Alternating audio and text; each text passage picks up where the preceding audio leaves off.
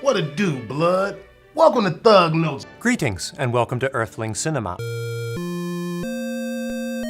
Hey Wisecrack, Jared again. What's up my fellow Illuminati spherist shills? Jared here. What's up, guys? Helen here to talk about the film that convinced you to create a new fake Gmail account. Okay guys, this is a tough announcement to make, but Wisecrack is done. At least in this iteration with this group of people. This is the last video that we're gonna be posting up here. It's with a heavy heart that I tell you all that I'll be stepping down from Wisecrack at the end of September. It's been an amazing journey. I have learned so much during these past 8 years. That was the beginning of the end of Wisecrack, an intellectual YouTube channel that informed and entertained me about the philosophy around media. It taught me to look at media from a deeper level than how it may be presented. When Jared Bauer, one of the founding members of the channel and essentially the face of the channel, decided to quit and move to Finland, it felt like Wisecrack was losing its identity and was on a ticking time bomb. 5 years later, the channel is officially dead. I don't know about you, but this feels like the death of intellectual content and the rise of AI slop. So, how did we get here? How does a channel with over 3 million subscribers fail? At its peak, Wisecrack had some of the best intellectual content on YouTube. The idea of looking at film from a nuanced lens resonated with me and taught me a lot about film than I learned from film school. One of my favorite Wisecrack shows was Earthling Cinema, hosted by... I am your host, Garrix Wormuloid. This week's artifact is American Psycho. It was successful enough to get its own YouTube channel, but they eventually stopped posting because Mark Schroeder is an actor and he moved on to pursue his acting career. The same thing happened with Thug Notes. The host, Greg Edwards, is also a comedian and he went on to pursue his comedy career. This put the pressure on Jared to become the face of the channel, and he did an amazing job. But what we didn't know was that he wasn't happy, and after selling the company in 2019, he quit, citing burnout as a core factor, which makes sense when you have to be constantly on the edge when you upload a video that must appease the YouTube algorithm so that it can make enough money to please the shareholders and pay multiple people. He now has his own YouTube channel where he posts whatever he likes whenever he likes without the fear of the algorithm god.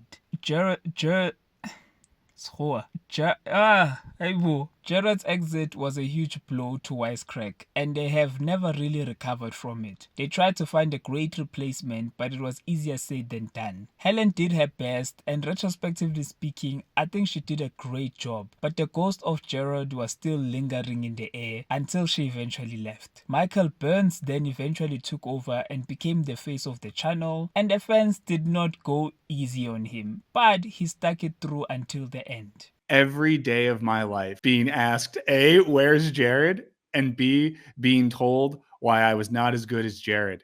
And I feel like sometimes there was this assumption in my annoyance at those comments that I was somehow like tacitly annoyed at you, which is obviously not the case at all. The problem with the channel is that it lost its identity in trying to appease the ever-changing YouTube algorithm. And in order to do so, they began to pivot from film philosophy and focused on the American political climate, which was grabbing everyone's attention. Some videos did very well, while some barely hit 100,000 views. Now, I was still watching as a loyal fan, but I wasn't really engaged because I wasn't interested in American politics. And I'm sure a lot of fans stopped watching during this phase. Behind the scenes is where a lot of the drama was happening. The company that bought Wisecrack got bought by another company. So initially it was Wisecrack was a part of Omnia Media that was a part of Blue Ant Media. And then Blue Ant Media sells Omnia Media to a company called Enthusiast Gaming. And that's where things got very different because now all of a sudden Wisecrack is operating in a pretty big tent, and every single property in this company is about like gaming media and esports. And I was like, there's no way that they're going to keep us. There's no universe where this company is going to want to continue to invest in us because there's almost no overlap between what that company's stated goals are and being like the #1 esports brand. They wanted us to stop making YouTube videos and only do TikToks. And the logic for only doing TikToks was that a person who was running content at that company, the whole business plan was they would sell TikTok deals and buy all the views because it was so cheap to buy views. You would sell like a brand deal and 50% of your budget would go towards just buying the views. But then the other 50% would be your profit. And, you know, we got to a point for a while where like views were really bad, like really, really, really bad. Then there was pressure to do other formats and to have a bunch of different shows. And this is to me, like looking back, it's definitely a thing where like, I think they wanted us to do something that was 5 years too late. The people who made the decision, and I don't mean this in a derisive way, had no idea what our content was. The people that ran that company and made decisions, I'm not exaggerating here. I think for most of them, the first Wisecrack video they watched was the final video we put up, which upset them very deeply. They were not pleased that I let people on the Patreon know that like we were all leaving the channel so that content would not get made.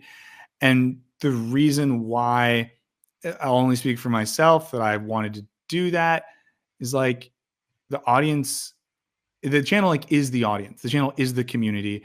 And it would have felt really shitty to not have a moment of finality with that community. It would have felt shitty to have those people feel like they were sold a false bill of goods or whatever. And I do think one thing that I learned in the layoff experience is that, like, you know, some of the strongest channels and stream communities and stuff like that, they are communities that involve people. And that is how Wisecrack died. I'm deeply saddened by the news, and I can only hope the Wisecrack team that has brought us so much knowledge can find success in their respective fields. Subscribe.